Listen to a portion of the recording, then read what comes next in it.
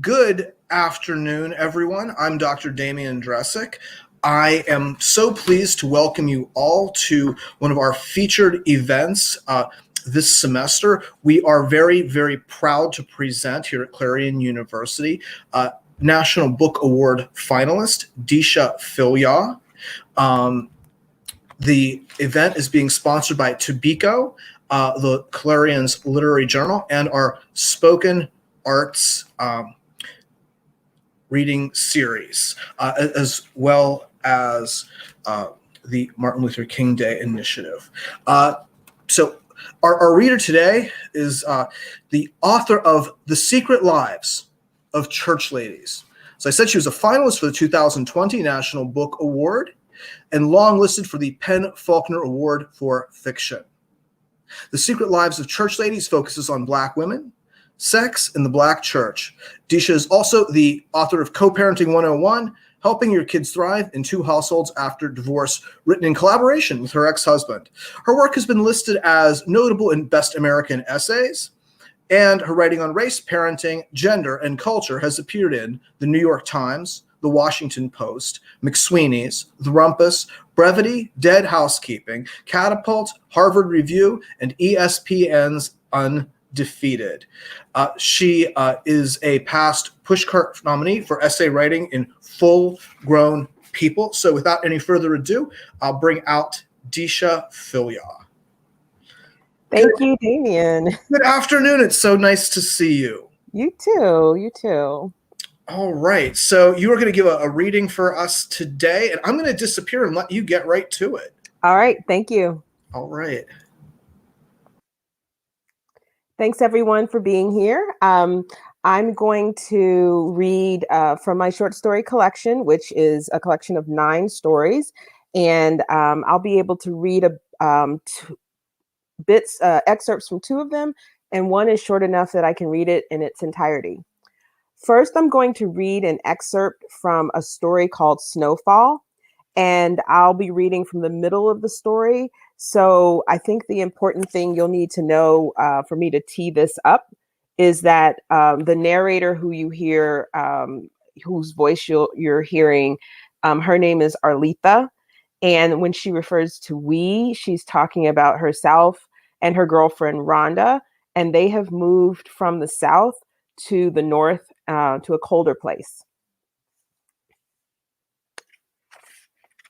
We were born and raised in warmer places, Georgia and Florida. Warmer, too, in the residual charm, polite smiles, and gentility of the white people whose ancestors owned ours.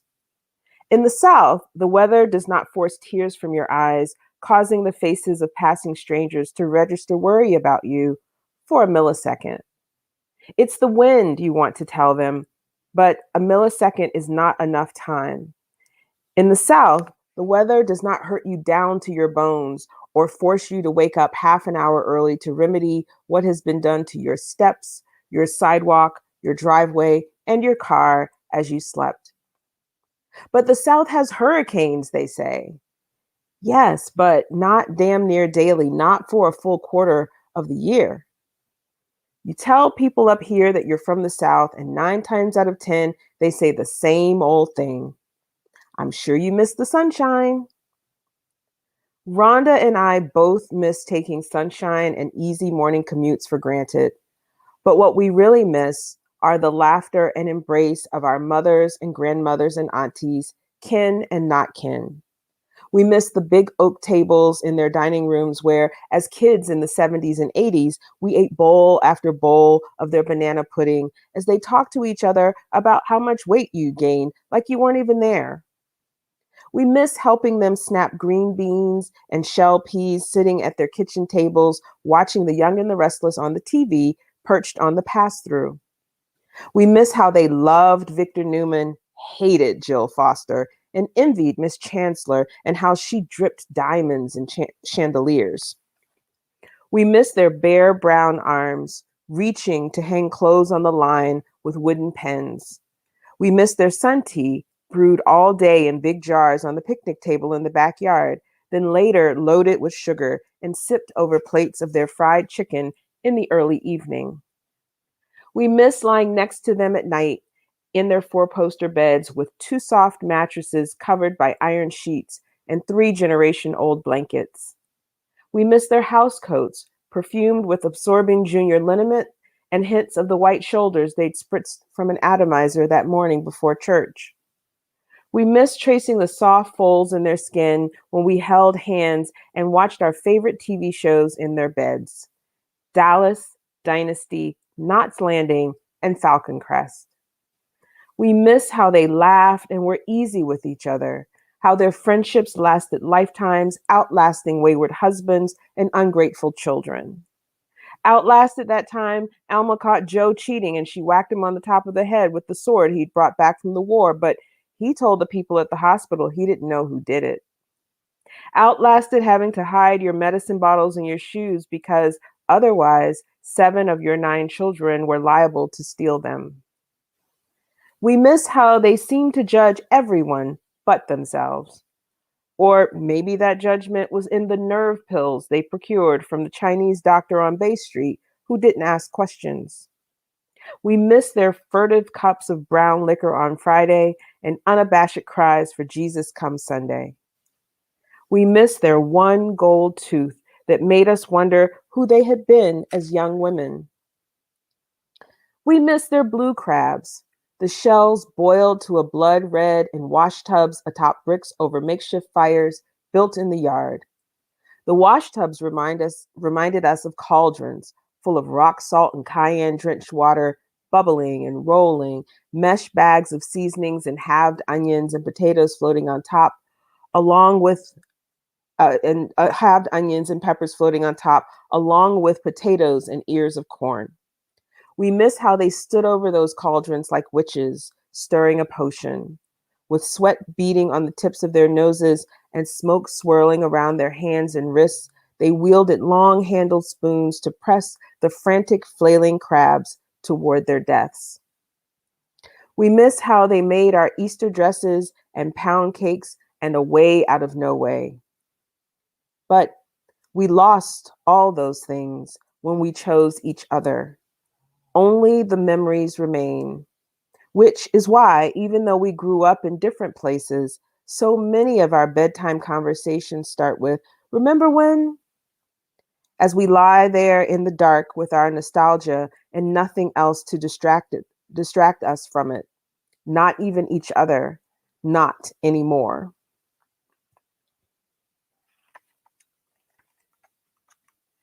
And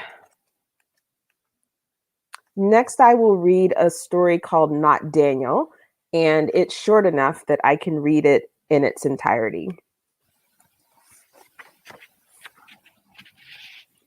Not Daniel. I parked in the shadows behind the hospice center and waited. I held a box of condoms on my lap, Magnum XLs. It was like being 16 again, except this time I bought the condoms instead of relying on the boy.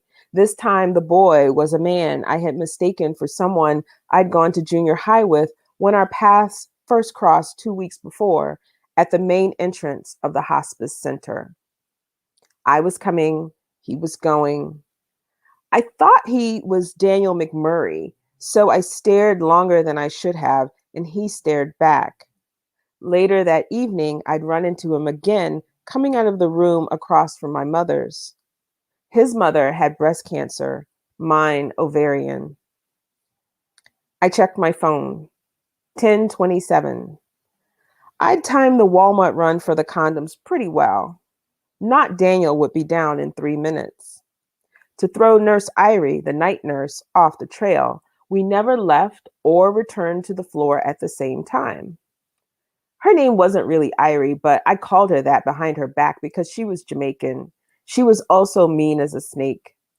I had complained to the head of the center about her, suggesting that her brusque manner was better suited for the morgue. But Nurse Irie liked Not Daniel. She didn't cop an attitude when he asked questions about his mother's care. He told me she even joked with him late one night as he walked around the floor in his skimpy running shorts. "What? You keep walking around here in those itty bitty things? Someone might mess around and give you a sponge bath. Nurse Irie was not a stupid woman. Perhaps she would put two and two together and figure out that not Daniel and I were, what were we? What do you call it when your mothers are hospice neighbors and the nights are endless and sleepless? And here's someone else who spent the day talking to insurance companies and creditors and banks and pastors and relatives and friends, some more well-intentioned than others. Someone else who is the dutiful son to your dutiful daughter, another family's chief shit handler, bail bondsman, maid, chauffeur, therapist, career advisor, ATM. Here's someone else who both welcomes and dreads death as it loiters in the wings, an unpredictable actor. What do you call it when that someone else wears a wedding band but never mentions his wife by name? A wife and two kids back home in the next state over. Don't ask, don't tell.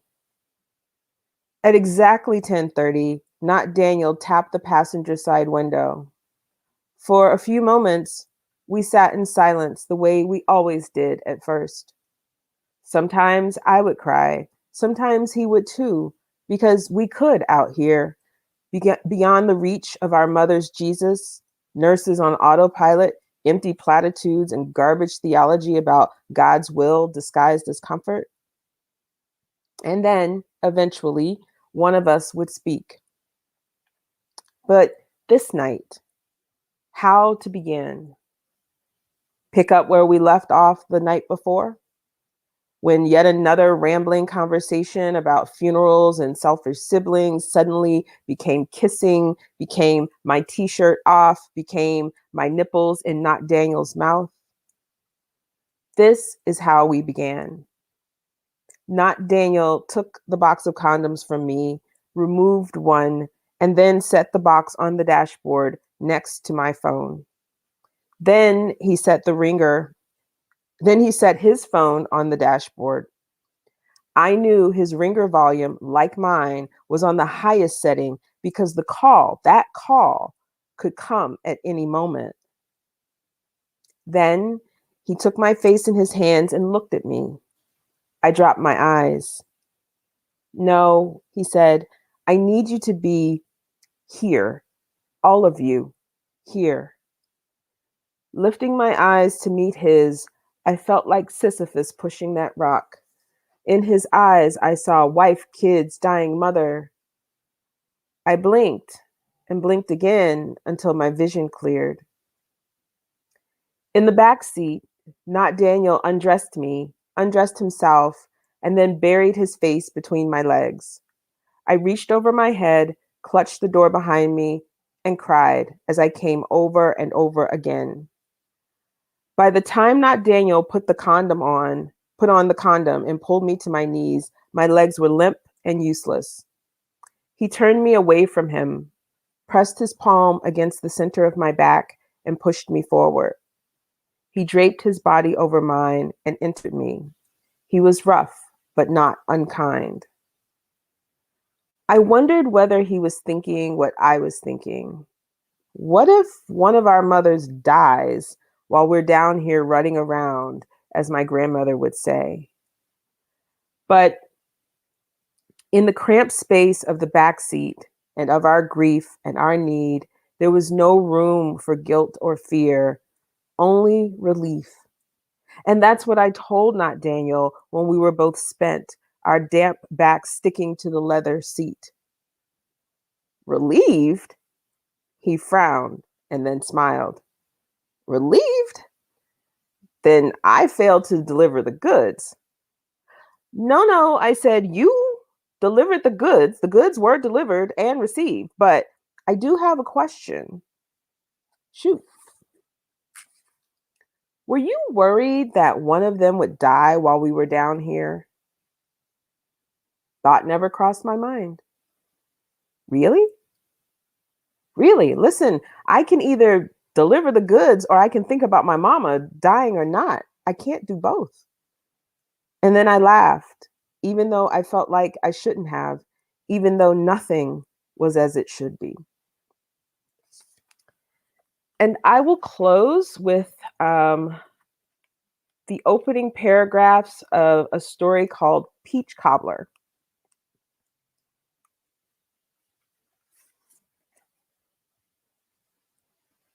My mother's peach cobbler was so good, it made God himself cheat on his wife.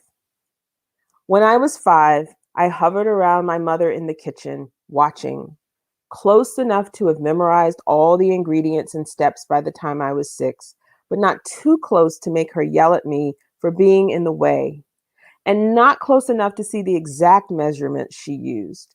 She never wrote the recipe down. Without having to be told, I learned not to ask questions about that cobbler or about God.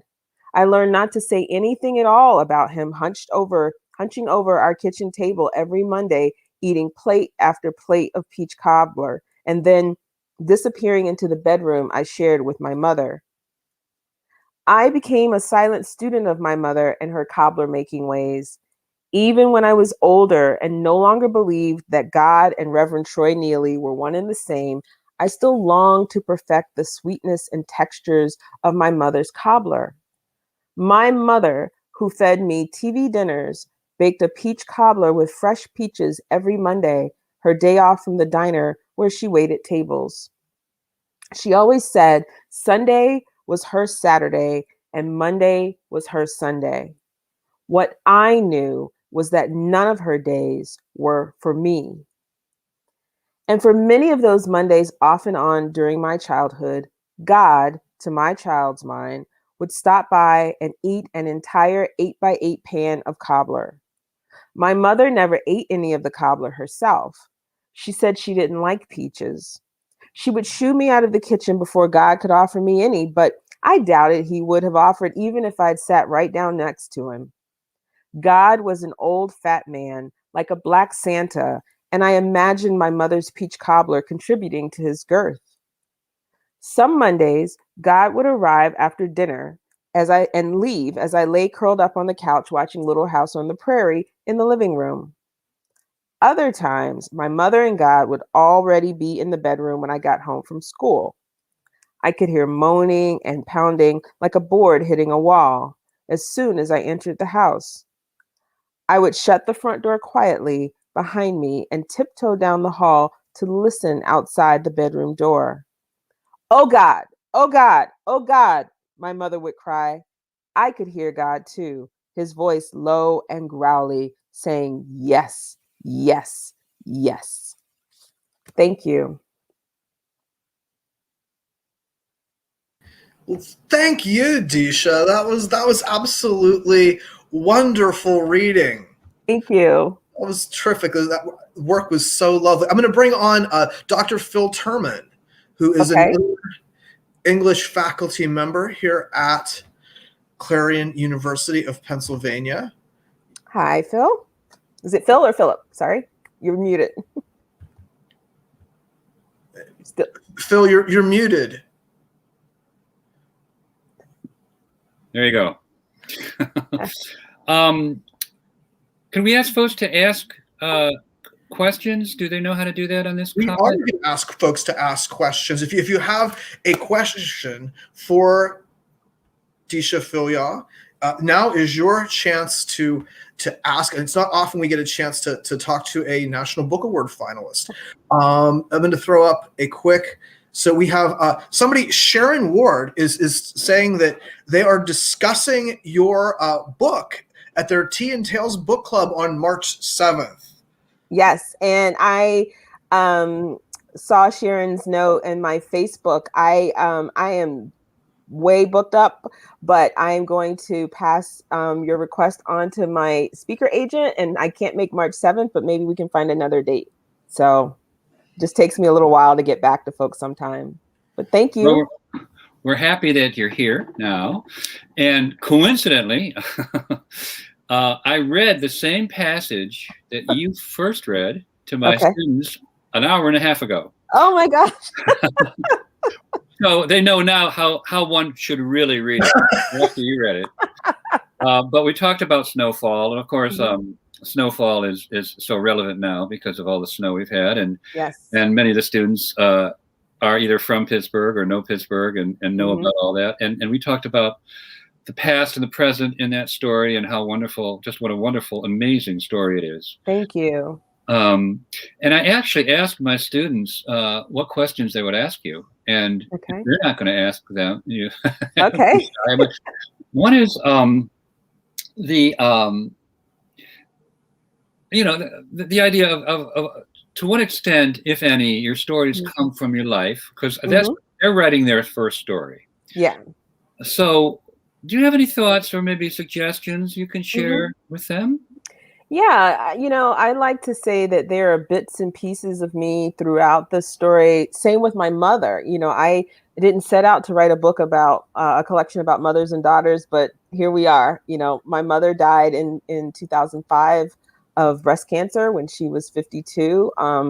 And I'm thankful that we got to make peace because we had a very challenging relationship my whole life. But we made our peace in the 6 months, that her last 6 months of life. But what I realized in writing this collection is that there was a lot of unfinished business. So the mother-daughter stuff that shows up was not intentional on my part, but it was very organic, I will say. And I feel like there were things that some of the daughters got to say that I never got to say. And it was also a way for me to try and get behind my mother's eyes and try and see things through from her perspective. My friend Kiese Lehman, who you all probably know from who wrote Heavy and other books, one of the questions I asked him once at an event was, because he wrote about his mother. I said, what do we owe our mothers? And he said, we owe it to them to see them as something other than our mothers, which I don't know that a lot of us get to that point. That's cool. And I didn't get to that point until my mother had died, and it was too late to say, oh, I understand better now, or so some of my sort of understanding came through in these stories. So there are certain things that are from my life. In Snowfall in particular, and I see that somebody's asking how long it took me to write it. The first draft I wrote over a weekend, but most of these stories have been, revised over long periods of time. I wrote that story several years before, the collection came out. And it was a very cold weekend and like one of those freezing record temperatures. And I was writing not only for this collection, but I also needed something to read for an event. And I was like, whatever I write for this event is going to have to fit in this collection because I don't have time to be, writing other things. And the event was my friend Abir Hawk's book launch. She wrote a memoir called Olive Witch. And Abir is Bangladeshi American. She was born and raised in Nigeria. She's spent time in Bangladesh, and then she grew up here in Pittsburgh in the suburbs. And her memoir has a lot of themes in it around place, where's home, displacement.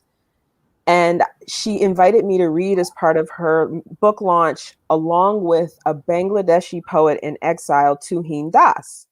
So I'm thinking, these two very international people with these themes in their work. I'm writing about Black women, sex, and the Black church. What can I write that would fit?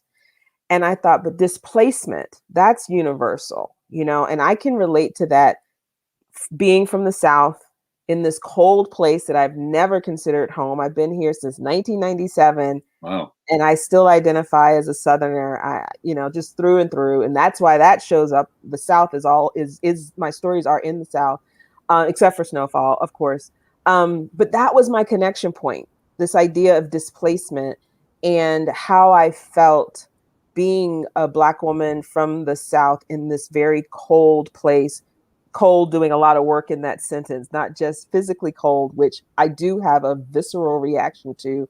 That first line, Black women weren't meant to shovel snow. That's me. So sometimes it's taking like a kernel or a sort of a jumping off point and then relying on imagination and memory to build out the rest.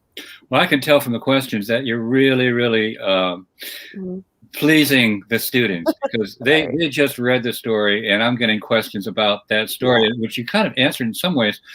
One question is, how long did it take you to write Snowfall? And you mentioned it took a while. Yeah, because I'll write something and then come back like a year later. Like, I mean, about half of the stories in the collection I wrote pretty quickly once I had a book deal, but they had been started, even if it meant it was a sentence, like maybe a year ago, or it was 10, 15 pages, and I pulled out 2 paragraphs for what would become, for example, Instructions for Married Christian Husbands. I had written the beginning of a traditional narrative, and it was the last story I wrote for the collection, and I just wasn't feeling it, and I wasn't interested in it, and I didn't think I had anything fresh to say about the situation of an affair, this triad, as it was written.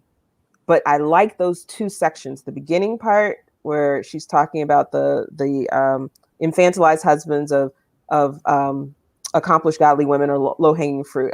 I really like that whole little section. And I like the ritual of the men undressing. And so one way, and this is something for, folks who are listening, who are writers, if you get stuck, always just disrupt something, right? If something is usually this way, then try flipping it. So for example, I had the woman and the latest guy she's having an affair with and his wife. We always see like somebody falls in love and they're not supposed to fall in love. Was it him? Was it her? Or the wife finds out and it's a big fight. And the woman, the mistress, is always sort of on the margins, having to kind of follow the rules that the guy sets. Well, what if we flip that? What if she's centered? What if we see it from her point of view? What if it's not about them getting caught or falling in love? What if she makes the rules? Aha. And I literally then wrote an instruction manual. So playing with form, disrupting things, that's how it can come about. That sounds like the physicist story. Yes. So that's the story of that.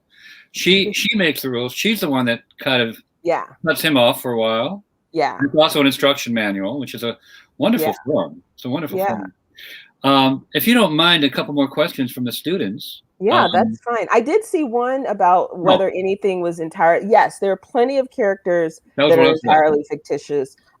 Certainly, I don't know any 14-year-old girls who have blown up houses. I promise. I'm not harboring. But I will say this about Jael, and this is really exciting for me as a writer because, we write these stories, and ultimately we want people to engage with them in thoughtful ways. We want the characters to be real, and we want to spark conversations, maybe healing conversations or even just fun conversations. And so one of the things I often ask book clubs, and all of the book clubs I've done they've all been women. And I ask the question, if Jael was a girl that was in your life and she confided in you, or you found out what she did, would you turn her into the police? No one ever says that they would turn her in. Now, some people say, well, she couldn't come to my house or whatever, but no one would turn her in. But if you ask the average person, hey, if you knew somebody that blew up your neighbor, would you turn them in? Most of us would say yes. But I was like, okay, I did something with that story and that character because readers, even if they don't approve of what she did, they still want to protect her. Well, you're going from that biblical character, right? Yeah. Yeah. And she's pretty powerful in that story. Yeah. Yeah. And you modernized it. We have a question that I think some will probably share is, can you talk a little bit about your journey as a writer-storyteller? Really briefly, obviously that's a long journey, but. It is. Let me boil it down. The most important thing I think for people to know is that the short story collection was a detour. I've been trying to write a novel forever. I started writing fiction in 2000 when I had a toddler at home who didn't nap. And so it was like 30 minutes a day I would carve out for myself just to focus on something other than her. And it was writing.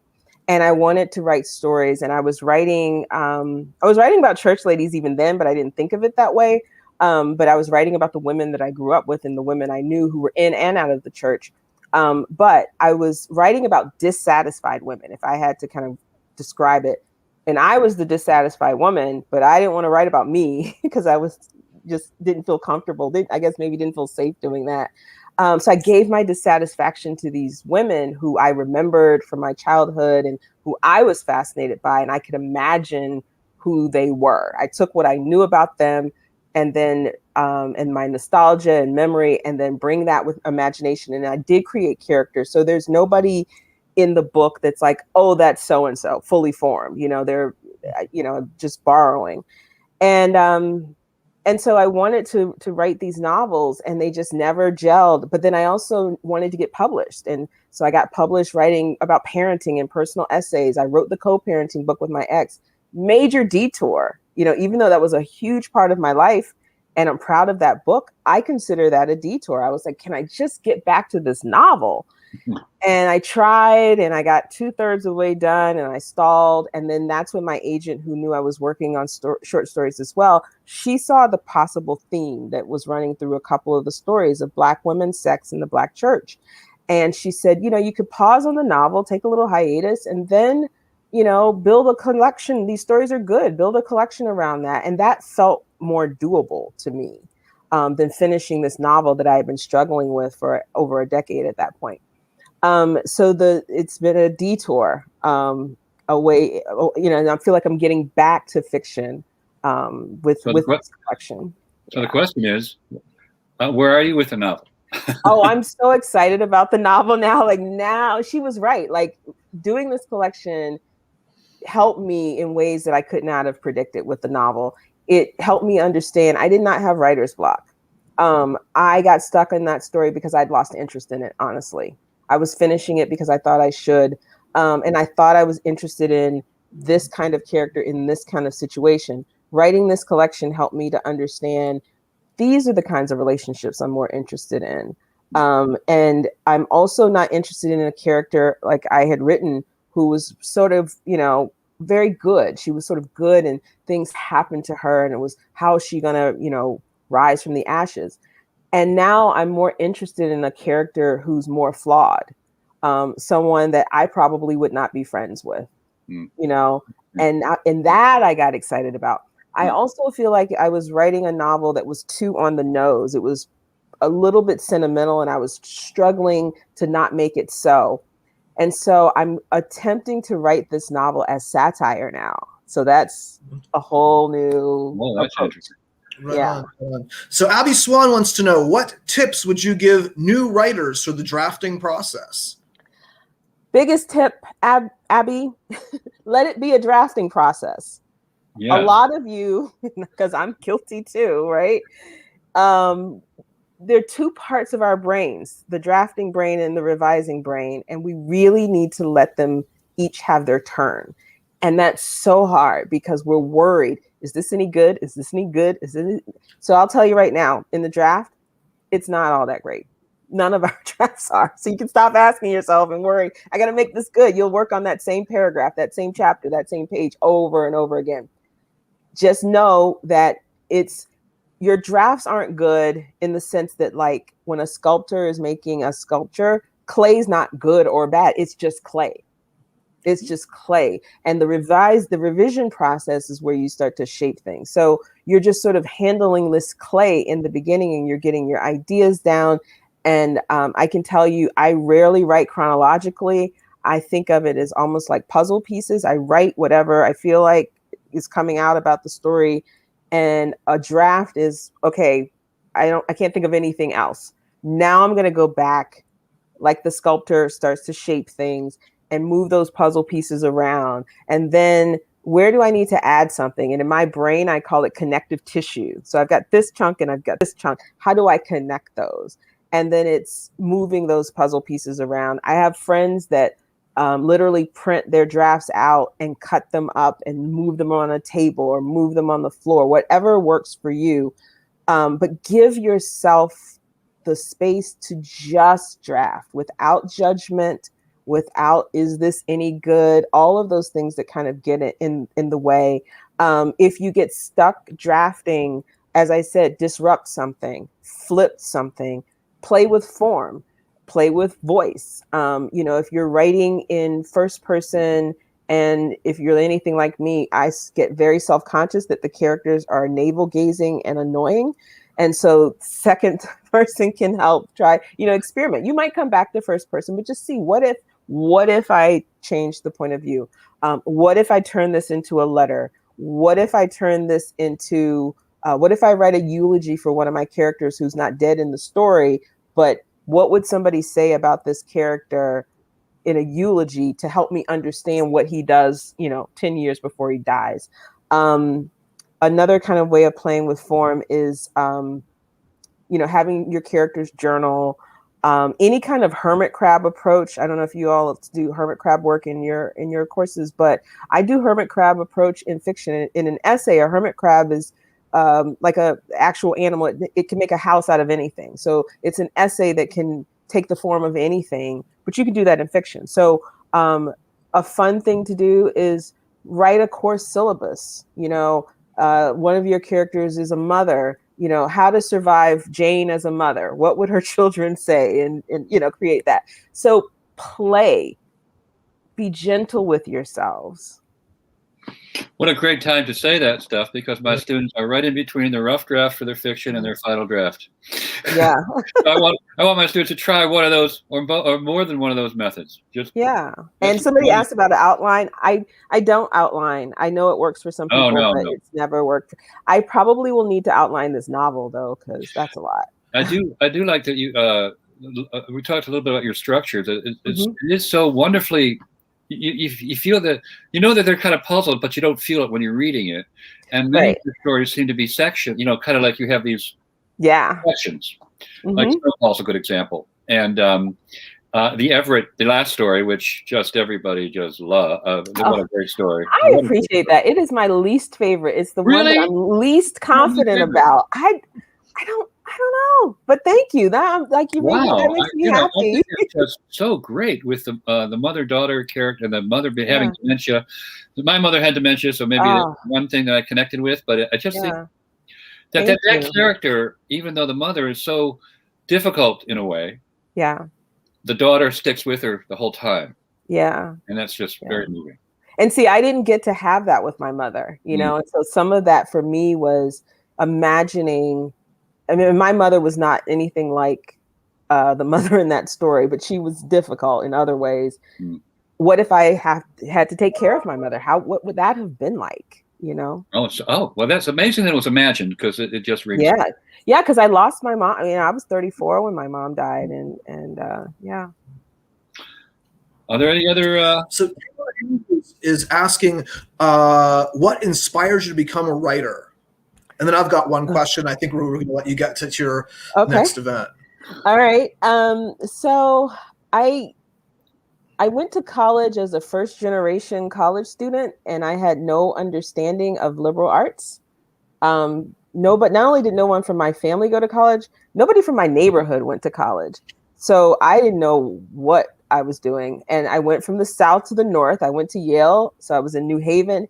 Everything was different. And it was like, I don't know how this all happened, but I don't want to fail. I don't want to flunk out. I'm just going to do my work. I'm going to party. I'm going to choose a major so I can get a good job and make money, and my mother doesn't have to take care of me anymore. That's literally how I thought about college. I always enjoyed writing, but all of the arts felt like an indulgence to me and not real work. Like starving artist, that was just not an option.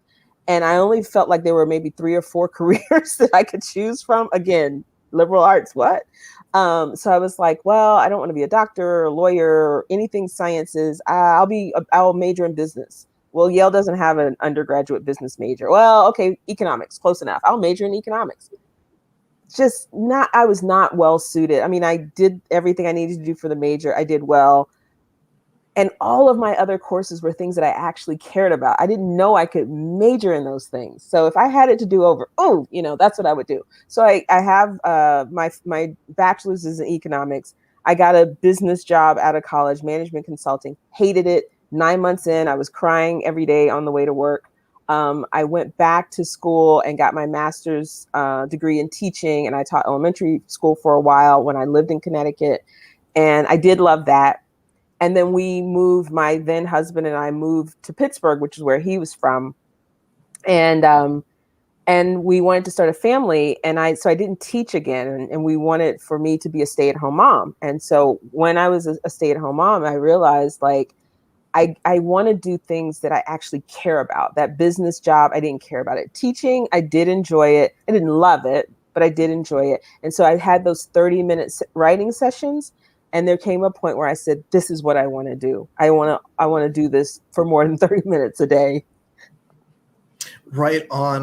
And our Topeka's own Bonnie Sinclair says, thank you, Deesha. Loved hearing the stories. Thanks. So I know, and I'm not sure how much you can say about this, but my understanding is that you were doing some things with HBO. Yes. So I am so thankful that my book has been so well received by readers, but also by Hollywood. There was interest that knocked me off my socks, or knocked me off my feet, knocked my socks off. I'm old. Knock me off your socks. That's a good one. Knock me off my socks. That says it all.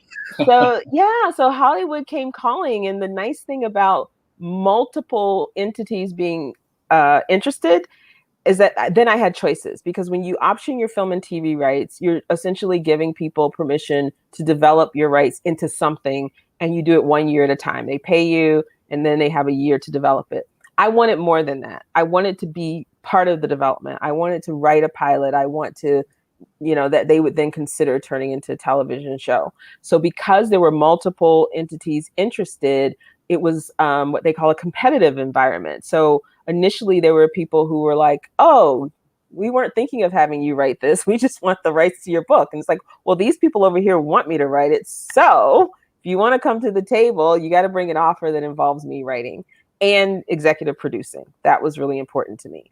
So I was really privileged to have offers to field, and the offer with HBO Max was part of Tessa Thompson's production deal with them. And my book adaptation for television would be one of her first projects.